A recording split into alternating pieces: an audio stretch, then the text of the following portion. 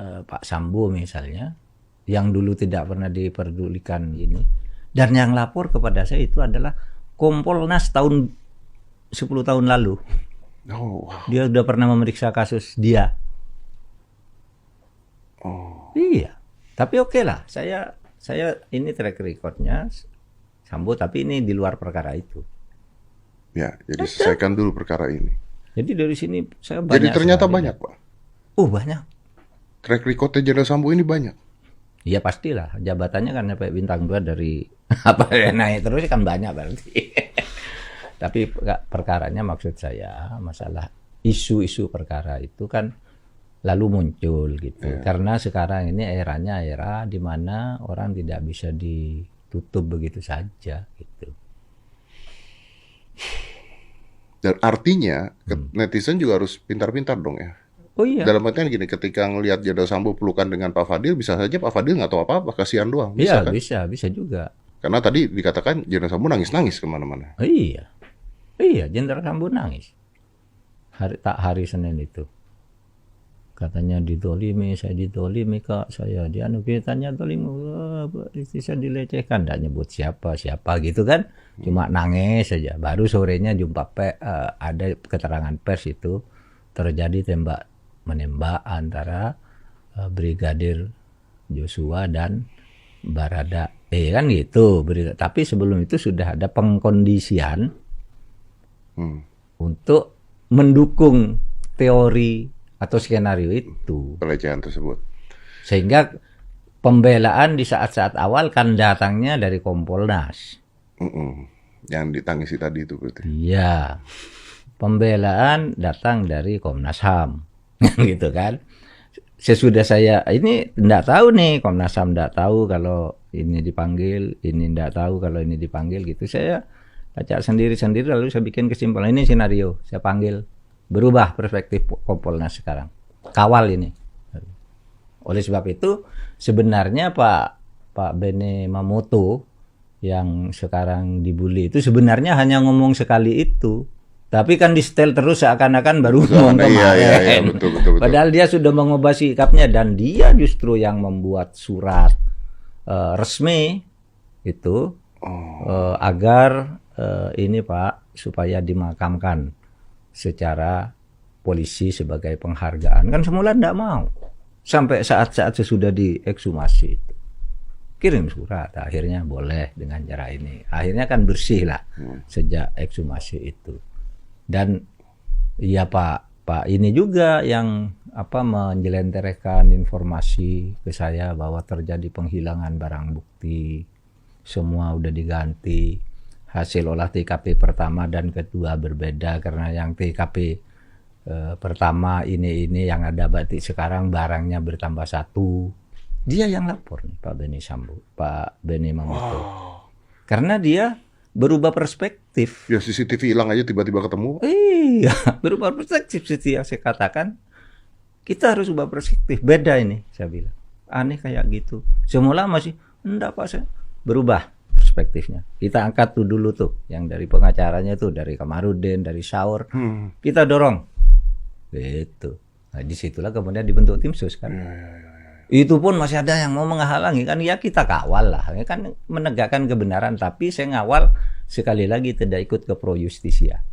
Ya, saya mengawal agar ini diperhatikan dan itu wewenang saya sebagai Menko Polhukam dan saya selalu melakukan itu selama ini kalau membongkar kasus. Ya, betul. Pakai penguatan opini publik tapi yang rasional. Oleh sebab itu saya bersinergi dengan NGO, dengan tokoh-tokoh aktivis dan sebagainya. Itu dalam rangka itu. Indonesia ini butuh Bapak banget loh, Pak. Iya. Karena Bapak itu berlebihan. Enggak. Itu berlebihan. Ya, karena Bapak yang berani tiba-tiba ngomong gitu loh. Yang lainnya diam, Bapak tiba-tiba. Loh, kan Presiden ngomong. Pokoknya dibuka. Nah, ini modal itu. Dan saya ketemu dengan Presiden itu tadi.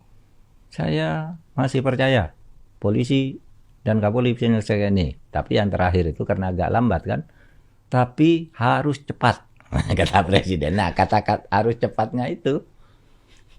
Maka sesudah bicara itu langsung diumumkan. Aduh. Saya bilang ke saya, ada Pramono Anung. Saya percaya Pak Menko, tapi harus cepat. Artinya saya balik kalimatnya, kalau Pak Presiden percaya asalkan cepat, bukan tapi cepat, asalkan cepat. Artinya apa? Kalau tidak cepat, kepercayaan itu bisa hilang. Gitu kan? Iya kan? Ya gitu.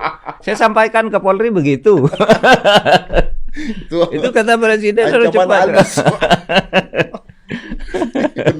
Bener juga. Loh, iya, analoginya bener kan? Pak ya. Iya. Selesaikan, tapi cepat. Gitu Iya, ya? saya percaya. Bilang ke saya dan ada Pramono, Pak Menko, saya percayalah Polri bisa menyelesaikan ini kan masalah. Sebenarnya saya semua, kata Presiden, ini sama dengan kita Presiden. Sebenarnya saya anggap nih semula biasa saja, orang tembak-tembakan ya biasa ya, sudahlah selesaikan. Iya, semua masyarakat berpikir tapi gitu, Pak. ternyata kok jadi begini, ini harus cepat. Saya percaya Polri bisa, gitu. Asal cepat. Asal cepat, gitu. Berarti kalau cepat kepercayaannya hilang kalau tidak cepat. Iya. Lalu saya sampaikan ke Polri, saya ngomong di media, ya Presiden percaya asal cepat. Dan memang iya tidak mudah, dan menurut saya untuk kasus seperti ini 4 minggu itu Cepat. tidak terlalu lama. Ya, karena harus hati-hati juga. Iya. Kan ada yang sampai bertahun-tahun di luar negeri sekalipun sampai bertahun-tahun. Nah Pak, saya mau nanya Pak. Bapak kan mengerti sekali tentang hal ini. Mungkin Bapak udah punya jawabannya, cuma nggak bisa nge-share. Dan Bapak ngerti sekali tentang dunia internasional. Apakah kejadian seperti ini ada di negara lain, Pak? Loh, baru siapa tadi yang bercerita di ini tentang pembunuhan di Amerika itu. Sampai setahun baru terungkap. Polisinya sulit mengungkap, dibawa ke pengadilan, jaksa memberi fakta lain, pengacara fakta lain, ditunda lagi sidangnya untuk pembuktian. Jadi banyak, itu kan ada buku peradilan yang sesat itu ya yang kayak gitu banyak kisahnya di luar negeri, itu kisah nyata. Banyak yang kayak gitu. Tapi makanya saya bilang ini termasuk cepat lah. Ya. Makanya saya bilang begitu itu selesai saya langsung touch Pak Kapolri, Pak selamat Pak, Bapak telah menolong bangsa Indonesia dan Bapak sukses. Dan betul kan pujian publik kan datang Betul. untuk Pak Kapolri. Wah, ini berarti nggak boleh salah langkah nih Pak ya? Oh iya, nggak boleh. Masih ada lagi, tanya apa aja dah. Tapi saya boleh jawab Ya, apa makanya, saja. saya sih mau nanyanya banyak Pak, tapi saya tahu Anda tidak akan jawab, jadi percuma. Diuju lagi pakai nanya squad lama siapa? Nggak mungkin dijawab. Nggak mungkin dong. Nggak mungkin lah. Tuh kan nggak mungkin lah. Makanya deh tadi. Tapi yang pasti gini Jo, polisi ini lagi ribet banget, lagi sibuk banget. Jadi kan ada berita pesulap merah dilaporin sama asosiasi dukun. Iya. Baca nggak? Gue baru tahu ada asosiasi dukun. Saya juga baru tahu ada asosiasi dukun. Kayaknya nggak akan diurus dulu kan, urusan ini lebih besar. Oke Pak, Mahfud terakhir Pak. Sebaiknya, karena masyarakat percaya nih sama Bapak.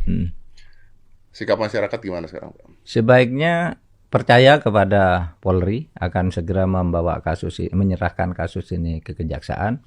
Dan sebaiknya kita kawal juga kejaksaan untuk mengerjakan ini dengan sebaik-baiknya. Dan juga saya berharap pengadilan supaya, kan ini kan pengadilan nanti kan Jakarta Selatan yang akan mengadili. Supaya ya hati nurani publik itu supaya diperhatikan sesuai dengan bukti-bukti yang ada. Karena begini, kalau hukum itu bisa dibuat-buat lah. Kalau nganggap ini tidak salah, cari aja satu pasal. Ini tidak ada gitu, bisa. Tapi orang tidak salah bisa juga dihukum. Dicari aja pasal ini. Nah, itu yang sering saya katakan, industri hukum tuh gampang sebenarnya bagi orang yang ngerti hukum. Oleh sebab itu orang ahli hukum tuh harus dibimbing oleh nurani, kejernihan nurani. Bukan hanya otak. Kalau otak tuh bisa kok cari pasal apa aja. Kalau membuktikan ini, tidak membuktikan ini. Nah, itu tugas hakim. Bagaimana menajamkan nurani hakim. Berarti hakim pun nanti harus dipilih Pak ya? Iya. Harus dipilih apa maksudnya? Harus yang terpilih sekali. Oh iya, mudah-mudahan lah. Mudah-mudahan. Tapi saya kira kalau kasus ini ya sulit lah mau mencari-cari juga. Yes. Artinya masyarakat, apa artinya masyarakat mengawal itu baik ya Pak ya? Oh, menurut saya baik. Justru kita membangun demokrasi itu kan yang bagus ditandai oleh kuatnya kontrol masyarakat, pers seperti Anda, lalu civil society, ya, yang banyak bersuara-suara. Itu kadangkala jangan diabaikan. Ya mungkin kita tidak sependapat dengan orang-orang civil society yang terlalu Keras. keras seperti siapa, misalnya Usman Hamid atau Haris Azhar. Sering saya tidak sependapat, tapi negara butuh orang-orang yang seperti itu. Oke. Karena demokrasi itu harus ada keseimbangan dari masyarakat kan. Kalau cuma perintah sendiri lalu dipercaya sepenuhnya ya bisa nyeleweng. Kalau saya ini Biarkan bicara. biarkan, saya undang tuh civil society, ayo ke kantor saya ngomong. IJW kamu mau ngomong apa? Gitu. Partnership ayo ngomong ke kantor saya. Usman Hamid kamu ngomong ayo ke kantor saya. Haris Azhar ayo ngomong ke kantor. Enak tuh kalau ngomong mereka. Saur Siagian itu kan sering juga saya panggil semua. Memang kenapa? Memang mereka ini bagian dari negara, bagian dari penguatan demokrasi kita yang dulu kita perjuangkan. Dulu kan tidak boleh begitu, Iya, bisa betul. ditangkap. Oh, iya, betul. Sekarang Hilang, Pak. kan bagus, dulu hilang. Hilang. Hilangnya lebih bersih daripada kasus ini lah. Ya, iya. Oke, Pak. Terima kasih banyak ya Pak ya. Saya tahu Bapak tidak bisa menjelaskan secara terperinci. Saya juga Ya. tidak. Bukan tidak akan- bisa, tidak boleh. Ya. Saya sama aja. Saya, aduh, susah ya podcast ini ya. Tapi intinya gini Pak, mungkin saya mewakilkan masyarakat Pak ya. Jangan pernah berhenti bersuara Pak. Oh iyalah. Walaupun katanya ada DPR yang menjuluki Bapak Menteri Komentator. Oh iya ya, ini nih kalau ini saya jawab. Waduh, ini dijawabin. Oke Pak. Kan begini, saya bilang ini kasus ini, ya saya spontan aja, kasus ini aneh ya. Biasanya DPR itu ribut kalau ada kasus seperti ini, kok ini diem ya? Itulah mungkin bagian dari psikopolitis yang sedang terjadi dalam kasus ini, entah dari pihak mana, saya mana. Lalu yang wah, itu Menko Polhukam tuh kok jadi komentator. Loh, saya tidak jadi komentator, memang tugas saya memberi pencerahan dan menjelaskan situasinya. Dan lalu ada yang jawab, DPR kan tugasnya bukan begitu. Loh, selama ini melakukan itu. Broto Seno itu terpidana lalu diangkat lagi sebagai polisi. Ya. Lalu orang ribut, DPR ribut, Bambang Pacul ribut. Masa orang koruptor? Bisa, Gitu kan? iya. Orang koruptor dekat polisi, apa jasanya koruptor? Nah, karena Bambang Pacul ribut, ikut campur, lalu Polri membuat perkap untuk memecat ini. Gitu kan? Artinya DPR ikut. Dalam banyak kasus saya bersama DPR. Misalnya ketika saya memberi amnesti kepada Saiful Mahdi di Aceh. Itu kan orang dihukum hanya karena mencuit yang tidak sesuai dengan pimpinan fakultas. Dihukum, ini udah masuk penjara, kita beri amnesti. Tapi kalau diberi amnesti harus sebelum tanggal 8, karena DPR tanggal 9 sudah reses kan. Nah ini kita kirim surat ke DPR tanggal 6, nah 2 hari sebelumnya. Nah, pada saat sidang DPR penutupan, itu kan tidak ada. Mbak Puan belum baca suratnya karena dia sedang di London. Dia baru mau datang pagi langsung memimpin sidang. Nah, saya minta bantuan DPR dengan Mas Dasko itu lancar itu. Sudah Pak Menko, saya bantu. Itu ikut campur kan? Ikut campur. Sudah Pak Menko, saya bantu. Dibantu sama dia, lalu diumumkan di sidang hari itu juga. Oh, ikut. Loh, DPR itu ikut ribut manggil kalau ada kasus apa, itu kasus pencabulan apa, itu kan bicara semua. Iya, betul. Iya kan? Iya. Loh kok ini Diam saya gitu. heran kok diam. Kan katanya nggak diam, Lalu dia bilang, tugasnya DPR tuh bukan bicara begitu. Loh, selama ini bicara begitu. Kok dalam kasus ini tidak? Tetapi ya enggak apa-apa. Karena orang punya apa posisi tersendiri terhadap siapa. Saya cuma sebenarnya sih saya enggak ngeritik DPR dalam artian ini kok DPR biasanya rame kok ini diem tuh. Ada yang bicara, Cuman nanya ya. ada bicara yang sebentar tapi menghilang. Iya. Siapa itu? Itu DPR. Wah galak hari pertama ini bagus nih, jadi partner saya nih. Tapi sudah ngomong 3 kali itu 3 hari dipanggil televisi, sampai sekarang hilang. Enggak ngomong lagi. Lah kemana ini orang? Kan gitu kan? Jadi saya heran gitu aja. Makanya gitu. Bapak sindir supaya ngomong lagi. Iya, saya sindir aja. Bukan sindir sih, saya tidak bermaksud menir, tapi saya heran nih, jangan-jangan ini yang merupakan bagian dari psikopolitis yang saya katakan, atau political barrier, ya kan? Iya. Psiko hierarkisnya kan sudah dibedol tuh. Betul. Ambil semua pindah itu. Betul. Sudah psiko hierarkis sudah hilang sekarang. Tapi hutang budi belum. Ya itu tadi maksud saya, kenapa ya DPR kok lalu ya ada yang marah. Lalu Pak Menko tuh kok mengumumkan tersangka? Saya enggak ngumumkan, saya memberitahu bahwa tersangkanya 3. Karena saya baru ketemu Kapolri. Maka ketika Kapolri menjelaskan kemarin tersangkanya sudah 3, sekarang tambah 1 jadi 4, kan itu waktu menjelaskan itu kan. Itu membenarkan saya bahwa saya ketemu dia memang 3, cuma belum diumumkan karena saya tidak ngumumkan, saya memberitahu aja. Kalau mau ngumumkan kan berarti namanya ini ya tamu dianggap sekian dengan dugaan sekian pasal sekian, enggak. Saya bilang tersangkanya sudah 3. Dari mana? Dari Polri. Gitu aja.